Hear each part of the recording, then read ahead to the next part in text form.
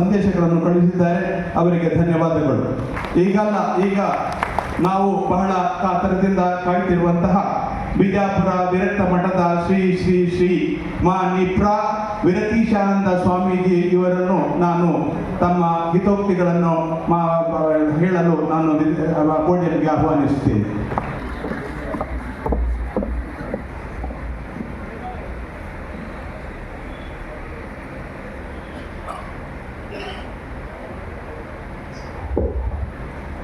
ಓಂ ಶ್ರೀ ಗುರು ಬಸವಲಿಂಗಾಯ ನಮಃ.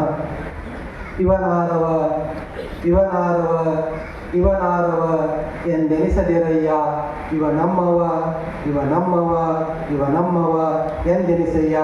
ಕೂಡಲ ಸಂಗಮ ದೇವ ನಿಮ್ಮ ಮಹಾಮನೆಯ ಮಗನೆಂದೆನಿಸಯ್ಯ. ಸಕಲ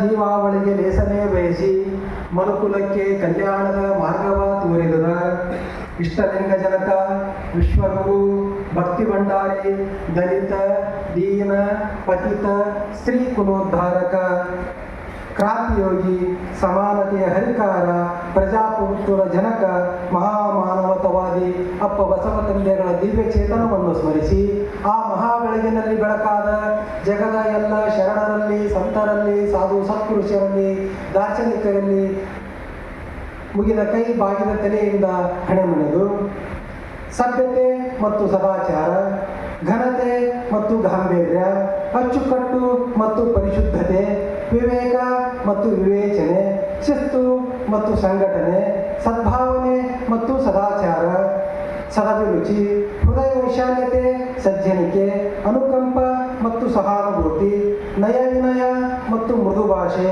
ಧನ್ಯತೆ ಮತ್ತು ವಿನಮ್ರತೆ, ತ್ಯಾಗ ಮತ್ತು ಬಲಿದಾನ, ನಿಷ್ಠೆ, ನಿಸ್ವಾರ್ಥತೆ ಮತ್ತು ಸ್ಥಿರಚಿತ್ತತೆ, ಕರ್ತವ್ಯ ಪ್ರಜ್ಞೆ ಮತ್ತು ಕ್ರಿಯಾಶೀಲತೆ, ದೇವಭಯ ಮತ್ತು ಧರ್ಮನಿಷ್ಠೆ, ದೇವರ ಮೇಲೆ ಭರವಸೆ ಮತ್ತು ಧೈರ್ಯ, ಈ ಪ್ರಮುಖ ಗುಣಗಳನ್ನು ಬಾಳಿ ಬದುಕಿ ಜಗತ್ತಿಗೆ ಇಸ್ಲಾಂ ಎಂಬ ಧರ್ಮವನ್ನು ನೀಡಿದಂತಹ ಪರಮ ಪೂಜ್ಯ ಶ್ರೀ ಮೊಹಮ್ಮದ್ ಪೈಗಂಬರರ ದಿವ್ಯ ಚೇತನವನ್ನು ಸ್ಮರಿಸಿಕೊಂಡು ಇವರ ಮಾರ್ಗದಿಂದಲೇ ಜಗದ ಕಲ್ಯಾಣ ಸಾಧ್ಯ ಎಂದು ನಂಬಿ ಯೂನಿವರ್ಸಲ್ ವೆಲ್ಫೇರ್ ಫೋರಂ ಯುನಿವೆಫ್ ಅನ್ನು ಸ್ಥಾಪಿಸಿ ಮನುಕುಲದ ಕಲ್ಯಾಣ ಮತ್ತು ಶಾಂತಿಗಾಗಿ ಶ್ರಮಿಸುತ್ತಿರುವ ಈಗಾಗಲೇ ನಾಡಿನಾದ್ಯಂತ 12 ಕಾರ್ಯಕ್ರಮಗಳನ್ನು ಮಾಡಿ ಅದರ ಸಮಾರೋಪವನ್ನು ಈ ಮಂಗಳೂರು ಮಹಾನಗರದ ಪುರಭವನದಲ್ಲಿ ಆಯೋಜಿಸಲಾಗಿದೆ.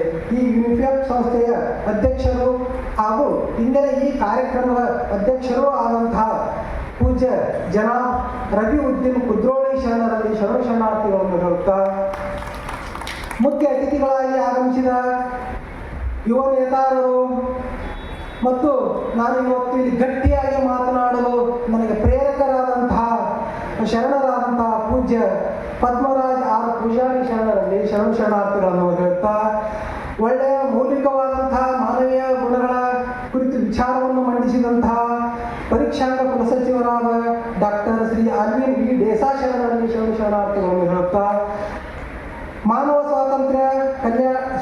ಸ್ವಾತಂತ್ರ್ಯ ಮತ್ತು ಕಲ್ಯಾಣಕ್ಕೆ ಪ್ರವಾದಿ ಮೊಹಮ್ಮದರ ಕೊಡುಗೆ ಈ ವಿಷಯಗಳನ್ನು ಚೆನ್ನಾಗಿ ಮಂಡನೆ ಮಾಡಿದಂತಹ ಶ್ರೀ ವಕಾಶ್ ಅರ್ಚಲನ್ ಈ ಶರಣರಲ್ಲಿ ಶರಣಾರ್ಥಿಗಳನ್ನು ಹೇಳುತ್ತಾ, ಯುನಿವೆಫ್ ಸಂಸ್ಥೆಯ ಕಾರ್ಯದರ್ಶಿಗಳು ಒಳಗೊಂಡಂತೆ ಈ ಸಂಸ್ಥೆಯ ಎಲ್ಲ ಸದಸ್ಯರಲ್ಲಿ, ಭಾಗಿಯಾದಂಥ ಎಲ್ಲ ಹಿರಿಯರಲ್ಲಿ, ಪತ್ರಿಕಾ ಮಾಧ್ಯಮದವರಲ್ಲಿ, ಸೋಷಿಯಲ್ ಮೀಡಿಯಾದವರಲ್ಲಿ ಹಾಗೂ ಈ ಕಾರ್ಯಕ್ರಮಕ್ಕೆ ಸಾಕ್ಷಿಯಾದಂತಹ ಶಿವಸ್ವರೂಪರಾದ ಎಲ್ಲ ಶರಣರಲ್ಲಿ, ಶರಣೆಯರಲ್ಲಿ, ಮುದ್ದು ಮಕ್ಕಳಲ್ಲಿ ಶರಣಾರ್ಥಿಗಳು.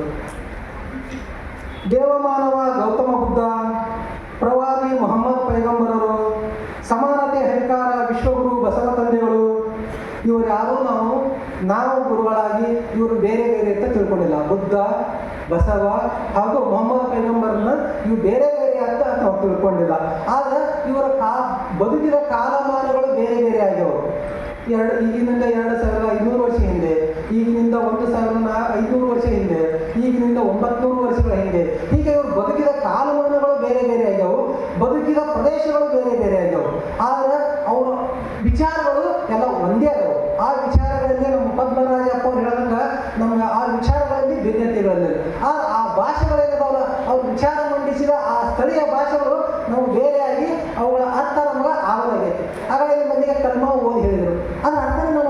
ಕಳಿಸಿದ್ದ. ಅಲ್ಲಿ ಅಪ್ಪ ಕುತ್ಕೊಂಡು ವಿವರಿಸಿ ಹೇಳ ಅಲ್ಲ ಇವನ ಇದು ನಮ್ಮ ಶರಣೆಲ್ಲ ವಚನ ಹೇಳ್ಯಾರ, ಇದನ್ನೆಲ್ಲ ನಮ್ಮ ಧರ್ಮದಾಗ ಐತಲ್ಲಪ್ಪ ಅದು ನಮ್ಗೆ ಗೊತ್ತಾಯ್ತು. ಅಂದರೆ ಈ ಭಾಷೆಯ ಕೊರತೆಯಿಂದಾಗಿ ನಮ್ಗೆ ಅದು ಬೌದ್ಧರು ಪಾಲಿ ಭಾಷೆ ಒಳಗೆ, ಇವರು ಅರಬಿ ಭಾಷೆ ಒಳಗೆ, ಇವರು ಕನ್ನಡ ಭಾಷೆ ಒಳಗೆ.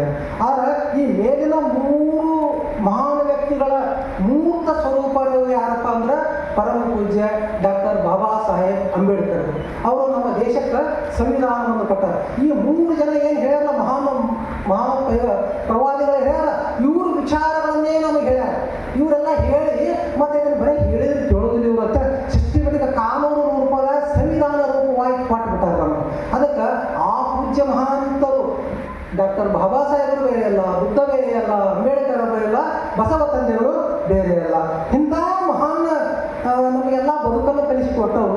ನಾವು ಯಾವ ಮೇಲ್ವರ್ಗ ಇರಲಿ, ಕೆಳವರ್ಗ ಇರಲಿ, ಸದೃಢ ಇರಲಿ, ಬಡವಿರಲಿ, ಬಲ್ಲಿದರ ಇರಲಿ, ಯಾರಿದ್ದರೂ ಎಲ್ಲರಿಗೂ ಎಲ್ಲ ಸೌಲಭ್ಯಗಳನ್ನು ಒದಗಿಸಿಕೊಟ್ಟಂಥ ಈ ಪೂಜ್ಯ ಅಂಬೇಡ್ಕರ್ ಕುರಿತ ನಿನ್ನೆ ಮನೆ ಯಾರೊಬ್ರು ಮಾತಾಡ್ತಾರೆ ಸಂಸತ್ಗಳು. ಅದು ಯಾರು ಮಾತಾಡ್ತಾರೆ?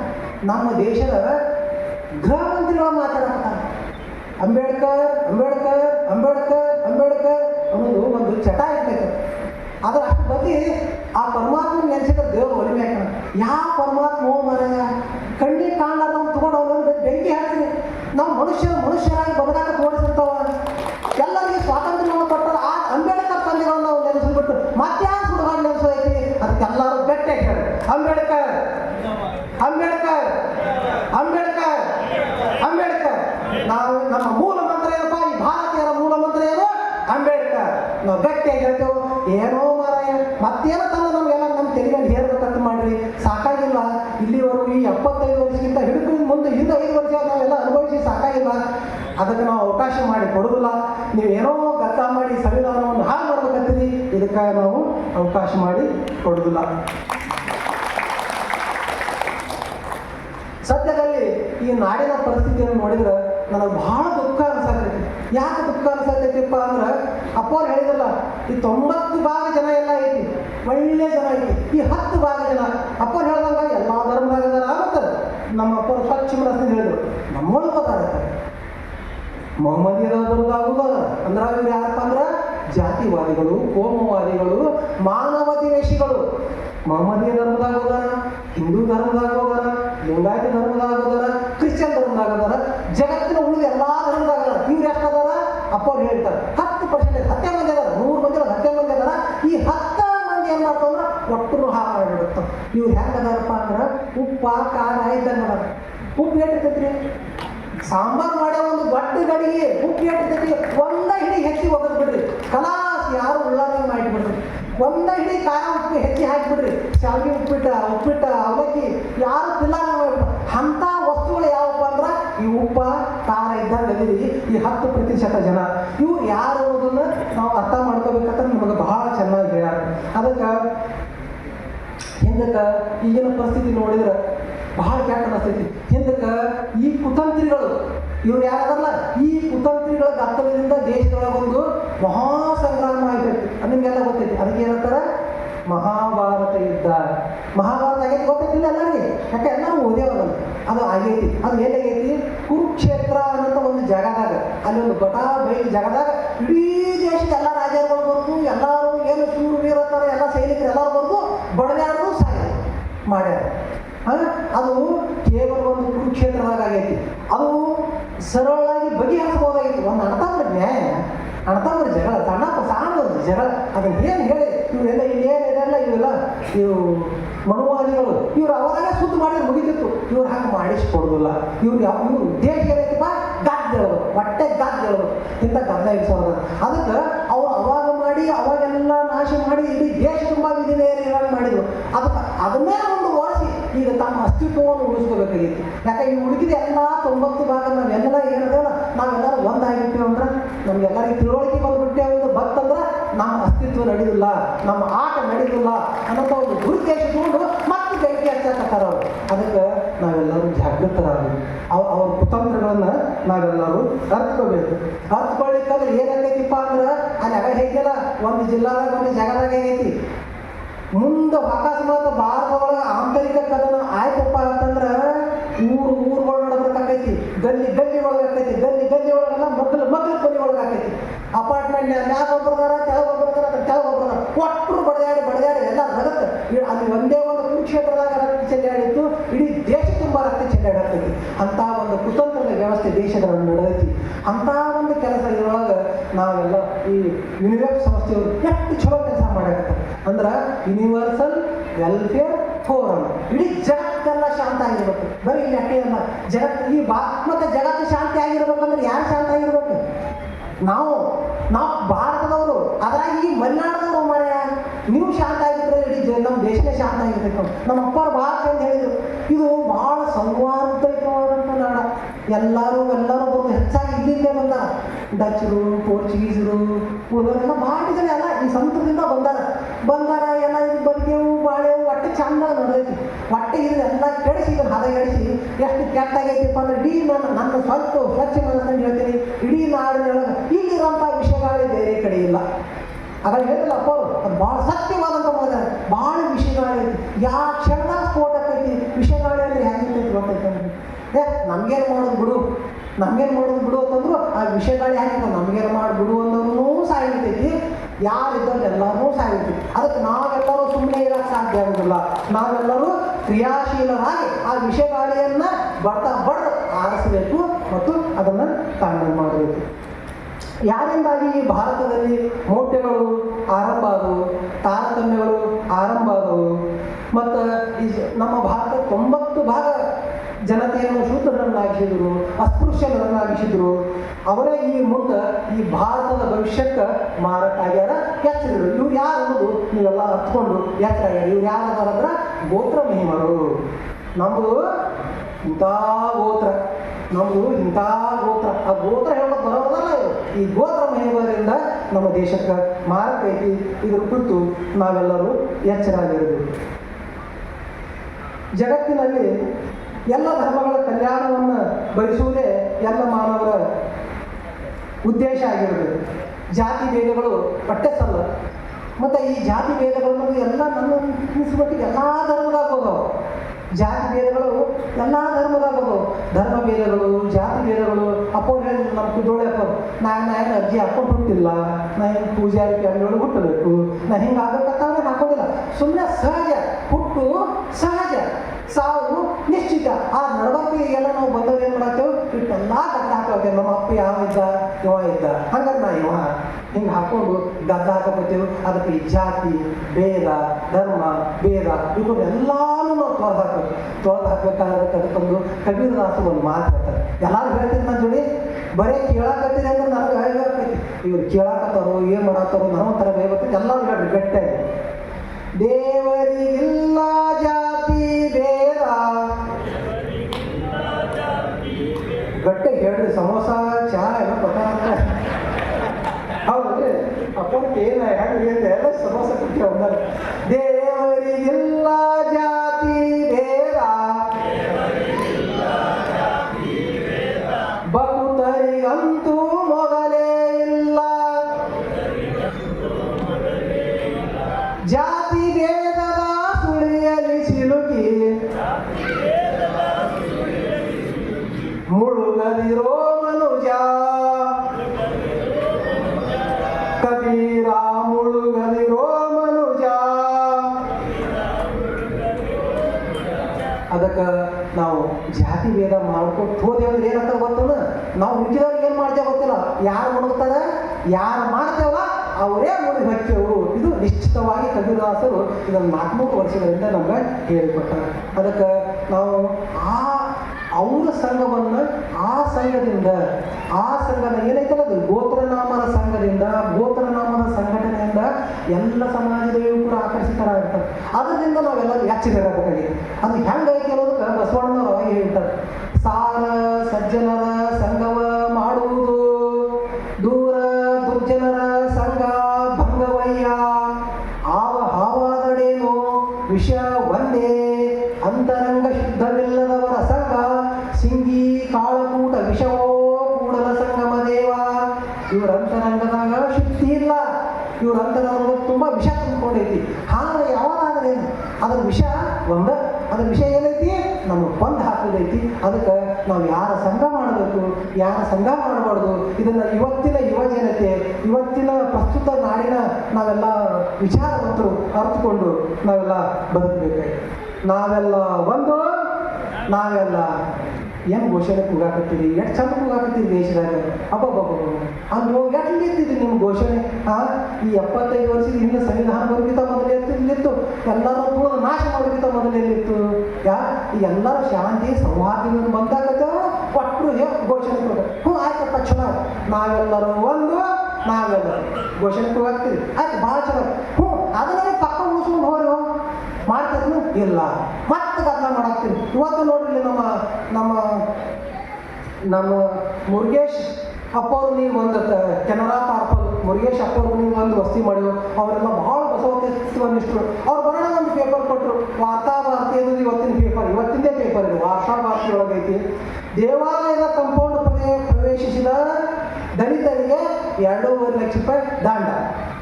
ನಾವೆಲ್ಲ ಒಂದು, ನಾವೆಲ್ಲ ಮತ್ತೆ ಮುಂದೆ ಹೇಳಕತ್ತೀವಿ ಅಲ್ರೂ. ಮತ್ತು ಅವ್ರು ದಲಿತರು ಯಾರು? ದಲಿತರು ಬಿಟ್ಟರೆ ನೀವು ಅದಿರಿ ಬಿಟ್ಟು ಒಂದ್ಸರಿ ಪಕ್ಕ ಹೇಳ್ಬಿಡ್ರಿ, ದಲಿತರು ನಮಗೆ ಸಂಬಂಧ ಇಲ್ಲ, ಈ ಲಿಂಗಾಯತರು ಸಂಬಂಧ ಇಲ್ಲ, ಮುಸಲ್ಮಾನರು ಸಂಬಂಧ ಒಂದ್ಸರಿ ಪಕ್ಕ ಹೇಳಿ.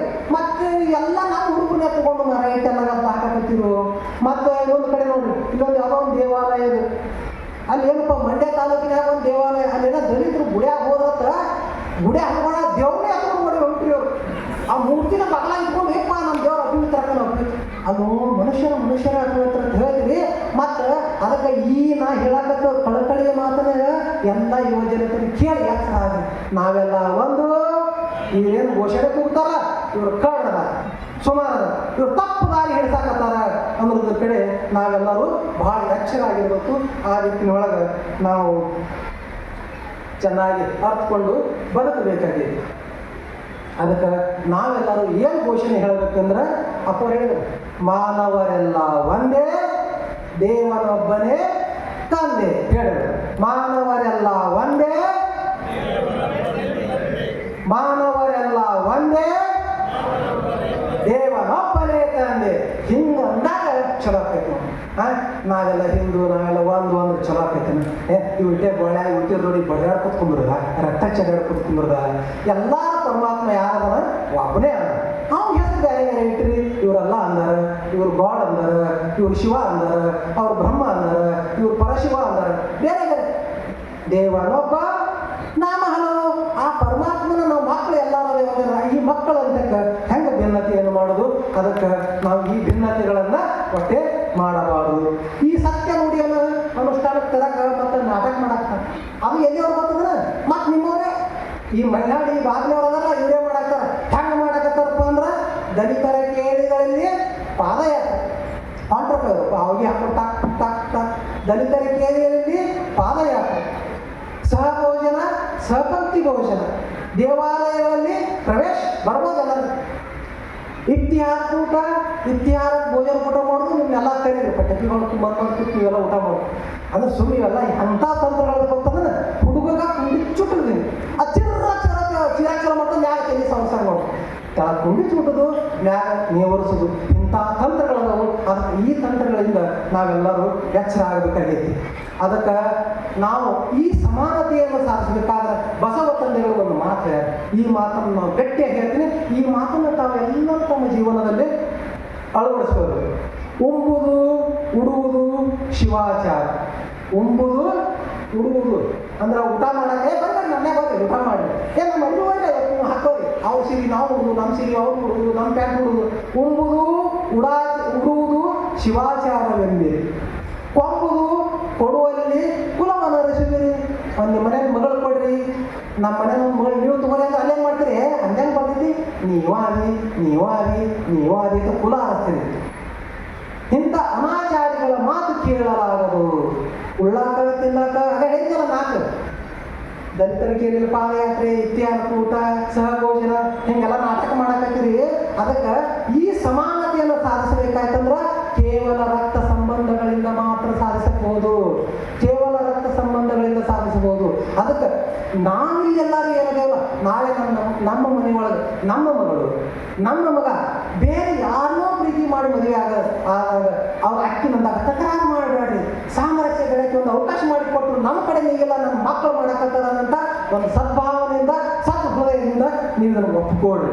ಇದು ಆದಾಗ ಹಿಂಗ ಈ ರಕ್ತ ಸಂಬಂಧಗಳು ಗಟ್ಟಿಯಾದವು ಅಂದ್ರೆ ಅಲ್ಲಿ ಏನಾಕೈತಿ, ಈ ಭಿನ್ನತೆ ಅನ್ನೋದು ಹಾಳಾಗಿ ಹೋಗ್ತೈತಿ. ಅದಕ್ಕೆ ಇದು ಈ ರೀತಿಯೊಳಗೆ ನಾವೆಲ್ಲರೂ ಏನಾಗಬೇಕೈತಿ, ಕಾರ್ಯಪ್ರವೃತ್ತರಾಗಬೇಕೈತಿ. ಅದಕ್ಕೆ ಇದಕ್ಕೆ ಏನು ಹೇಳ್ತಿದ್ರು, ವಾರವೇಳು ಕುಲ 18 ಎಂದೆಂಬರು. ವಾರ ಎಷ್ಟದ್ರಿ? 7. ವಾರ 7 ಕುಲ 18 ಎಂದೆಂಬೆವರು. ಇದ ನಾವು ಅಲ್ಲೆಂಬೆವು. ಇದು ಹಂಗಲ್ಲ. ಹಗಲೊಂದು ವಾರ, ಇರುಳೊಂದು ವಾರ, ಭವಿಯೊಂದು ಕುಲ, ಭಕ್ತನೊಂದು ಕುಲ, ಇದು ನಾವು ನಂಬುವುದು ಕಪಿಲ ಸಿದ್ಧ ಮಲ್ಲಿಕಾರ್ಜುನ. ಒಟ್ಟೆ ಜಗತ್ತಿಗೆ ಎಷ್ಟು ಕುಲ ಅದ? 2 ಕುಲ ಅದ. ಒಂದು ಭವಿ, ಒಂದು ಭಕ್ತ. ಭವಿ ಅಂದ್ರೆ ಯಾರಪ್ಪ ಅಂದ್ರೆ ಮನುಷ್ಯನನ್ನ ಯಾವ ಪ್ರೀತಿ ಮಾಡೋದಿಲ್ಲ ಅವ ಭವಿ. ಮನುಷ್ಯನನ್ನ ಪ್ರೀತಿ ಯಾವ ಮಾಡ್ತಲ್ಲ ಅವ ಭಕ್ತ. ನನಗೆ ನೋವಾಗಿದ್ದು, ನನಗ ಹಿಂಸೆ ಮಾಡಿದಂಥದ್ದು, ನನಗೆ ಕಷ್ಟಪಟ್ಟಂಥದ್ದು ವಿಷಯ ಇವ್ರಿಗೆ ಕಷ್ಟ ಕೊಡ್ತೈತಿ ಅದು ಯಾವ ಅರ್ಥಕೊಂಡು ಹಾಕಲ್ಲ ಅವ್ರು ಭಕ್ತ ಆಗ್ತಾರೆ. ಅದಕ್ಕೆ ನಾವೆಲ್ಲರೂ ಏನಾಗೋದು, ಆ ಪರಮಾತ್ಮನ ಭಕ್ತರಾಗೋಣ. ಪರಮಾತ್ಮನ ಭಕ್ತರಾಗಿ ನಾವು ಈ ಸಾಮರಸ್ಯವನ್ನು ತರು. ಇಲ್ಲೆಲ್ಲರೂ ಬಹಳ ಗಂಭೀರ ಆದ್ರಿ. ಏನಂದ್ರೆ ಈ ರಕ್ತ ಸಂಬಂಧಗಳ ವಿಷಯ ಬೆಳೆಸೋ ವಿಚಾರದಾಗ ಬಹಳ ಗಂಭೀರ ಆದ್ರಿ. ಅದು ಗಂಭೀರ ಆಗೋ ವಿಷಯ ಎಲ್ಲ. ಇದನ್ನ ಅವಾಗ ಸಾಧನೆ ಮಾಡಿ ತೋರಿಸ್ಯಾರ ಬಸವ ತಂದೆಗಳು. ಅಂದ್ರೆ 900 ವರ್ಷಗಳ ಹಿಂದ ಸಾಧನೆ ಮಾಡಿ ತೋರಿಸ್ಯಾರ. ಬ್ರಾಹ್ಮಣರ ಮಧುವರಸರ ಮಗಳನ್ನ ಸಮಗಾಲ ಹರಳೆಯರ ಮಗಕ್ಕೆ ಪಟ್ಟ ಲಗ್ನ ಅವಾಗ 900 ವರ್ಷಗಳ ಹಿಂದೆ ಮಾಡಿದಾಗ ಅವೆಲ್ಲ ಕ್ರಾಂತಿಯಾಗಿ ಅವರೆಲ್ಲ ಕಲ್ಯಾಣವನ್ನು ಬಿಟ್ಟು ಆ ವಚನ ಸಾಹಿತ್ಯವನ್ನು ರಕ್ಷಣೆ ಮಾಡ್ತಾರೆ. ಈ ಭಾಗಕ್ಕೆಲ್ಲ ಬಂದಾರ. ಆ ಸಾಧನೆಯನ್ನು ಅವಾಗೆ ಅವ್ರು ಮಾಡ್ಯಾರ. ಯಾಕೆ ಮಾಡ್ಯಾರಪ್ಪ ಅಂದ್ರೆ ಸಮಾಜದಲ್ಲಿ ಸುಮ್ಮನೆ ಉಣ್ತಿತೇವು ಅಂದ್ರಲ್ಲ, ಈ ಸಂಬಂಧಗಳು ಬೆಳಿಬೇಕು. ಇವ್ರು ಯಾರು? ನಮ್ಮ ಅಣ್ಣ, ಇವ ಯಾರು? ನಮ್ಮ ಮಾವ, ಇವ್ರು ಯಾರು? ನಮ್ಮ ಕಾಕ. ಅಂದ್ರೆ ಒಟ್ಟು ಈ ತರ ಸಂಬಂಧಗಳಿಂದ ನೋಡಬೇಕು. ಈ ತರ ಸಂಬಂಧಗಳಿಂದ ನೋಡಿದಾಗ ಮಾತ್ರ ಈ ದೇಶದಲ್ಲಿ ಶಾಂತಿ ನೆಲೆಸ್ತೈತಿ. ಇದನ್ನು ತಾವೆಲ್ಲ ವಿಚಾರವಂತರು ಸ್ವಲ್ಪ ಚಿಂತನೆ ಮಾಡಿ. ಇಲ್ಲಿ ಕೊನೆಯದಾಗಿ ಇವತ್ತ ಬೆಳಗ್ಗೆ ಒಂದು ಕಡೆ ನೋಡಿದ, ಶುಭವಾಗಲಿ ಶುಭವಾಗಲಿ ನಾಡಿಗೆ, ಹಾಗೆ ಹರಡದೆ ಬಗೆ ಕರಡದೆ. ಅಂದ್ರೆ ಬಹು ಬಗೆಗಳು ನಮ್ಮತ್ತೆ ಬಹಳ ಭಾಷೆಗಳು ಬಹು ಅದಾವು. ಆ ಭಾಷೆಗಳನ್ನೆಲ್ಲ ತೆಗೆದೋಗದೆ ಹಿಂದಿ ಹೇರಿಕೆ ಮಾಡ್ಬೇಕಂತೀರಿ. ಅಂದ್ರೆ ಈ ಧರ್ಮಗಳು ಬೇರೆ ಅದಾವು, ಆಚಾರಗಳು ಬೇರೆ ಅದಾವು, ವಿಚಾರಗಳು, ಈ ಬಗೆಗಳನ್ನೆಲ್ಲ ಕದಡಬೇಡ್ರಿ. ಹಾಗೆ ಹರಡದೆ ಬಗೆ ಕದಡದೆ, ಬಲಿಯಾಗದೆ ಸೇಡಿಗೆ, ಸೇಡಿ ಇಟ್ಟುಕೊಂಡು ಬಲಿ ಮಾಡಬೇಡ್ರಿ. ಶಾಂತಿ ಸಹನೆ ಬದುಕಿ ಉಳಿಯಲಿ, ಕ್ರಾಂತಿ ಏಕೆ ಬಾಳಿಗೆ, ಮನುಜ ಮತದ ಪಥದಿ ನಡೆಯೇ, ಬಾಳು ಹಿರಿದು ನಾಳೆಗೆ, ದ್ವೇಷ ಕರೆದು ಸ್ನೇಹ ಮೆರೆದು ನಲಿಯಲಿ ಯುವ ಪೀಳಿಗೆ. ಈ ದ್ವೇಷ ಅಸೂಯೆಯನ್ನು ತೊಳೆದು ಹಾಕಿ ಯುವ ಪೀಳಿಗೆ ನೋಡ್ರಿ, ಒಬ್ಬರು ನೋಡಿದ ಒಬ್ಬರಿಗೆ ಆಗೋದಿಲ್ಲ, ಯಾಕಡೆ ಮಾಡತ್ತಾವ ಅಂತೆಲ್ಲ ತೆಗೆದು ಹಾಕಿ ನಲಿಯಲಿ ಯುವ ಪೀಳಿಗೆ. ಬೆವರ ಸುರಿಸಿ ದುಡಿದು ಕೈ ಚಾಚದಿರಲಿ ಕೂಳಿಗೆ, ದಯಿಸದಿರಲಿ ಪ್ರೀತಿ ಪೈರು ಅನ್ಯಾಯದ ಕಾಲಿಗೆ. ತಾಯ ಮಡಿಲು ಒಂದೇ ತಾನೆ ನಾಡಿನೆಲ್ಲ ಜೀವಿಗೆ. ಈ ನಾಡಿನೊಳಗಿರೋದು ನಮ್ಗೆಲ್ಲರಿಗೆ, ಮತ್ತು ನಾವೆಲ್ಲರೂ ಮತ್ತು ನಮ್ಮ ತಾಯಿ ಮಡಿಲು ಒಂದೇ ಐತಿಲ್ಲ, ಮತ್ತು ನಾವು ಬೇರೆ ಬೇರೆ ಅದೇವ. ತಾಯಿ ಮಡಿಲು ಒಂದೇ ತಾನೆ ನಾಡಿನೆಲ್ಲ ಜೀವಿಗೆ, ಭೇದ ಭಾವ ಬೇಕೆ. ಮರಡು ನಾಡ ಸೇವೆಗೆ, ಮನಗಳ ನಡುವೆ ಬೆಸುಗೆ, ಮೂಡಲಿ ಹೊಸ ಮೈತ್ರಿಗೆ, ಒಂದಾಗಿರಿ ಮುಂದಾಗಿರಿ ಹರುಷವಿಯೇ ದಾತ್ರಿಗೆ. ಶುಭವಾಗಲಿ ಈ ನಾಡಿಗೆ. ಎಲ್ಲರಿಗೂ ಶರಣಾರ್ಥಿಗೆ. ಸದ್ಭಾವನೆ, ಸದಾಚಾರ, ಅನುಕಂಪ, ಸಹಾನುಭೂತಿ, ನಮ್ರತೆ, ವಿನಯಶೀಲತೆ, ದೇವಭಯ, ಧರ್ಮನಿಷ್ಠತೆ ಇವುಗಳ ನೈಜ ಅರ್ಥವನ್ನು ಸುಂದರವಾಗಿ ತಿಳಿಸಿಕೊಟ್ಟ ಹಾಗೂ ಭಿನ್ನತೆಗಳಲ್ಲಿ ಏಕತೆಯನ್ನು ಪ್ರತಿಪಾದಿಸಿದ ಶ್ರೀ ಶ್ರೀ ಶ್ರೀ ಮಾಣಿಪ್ರ ವಿರತೀಶಾನಂದ ಸ್ವಾಮೀಜಿಗಳಿಗೆ ಧನ್ಯವಾದಗಳು. ಇದೀಗ ಅಧ್ಯಕ್ಷೀಯ ಭಾಷಣ ಮಾನವ ಸ್ವಾತಂತ್ರ್ಯ ಕಲ್ಯಾಣ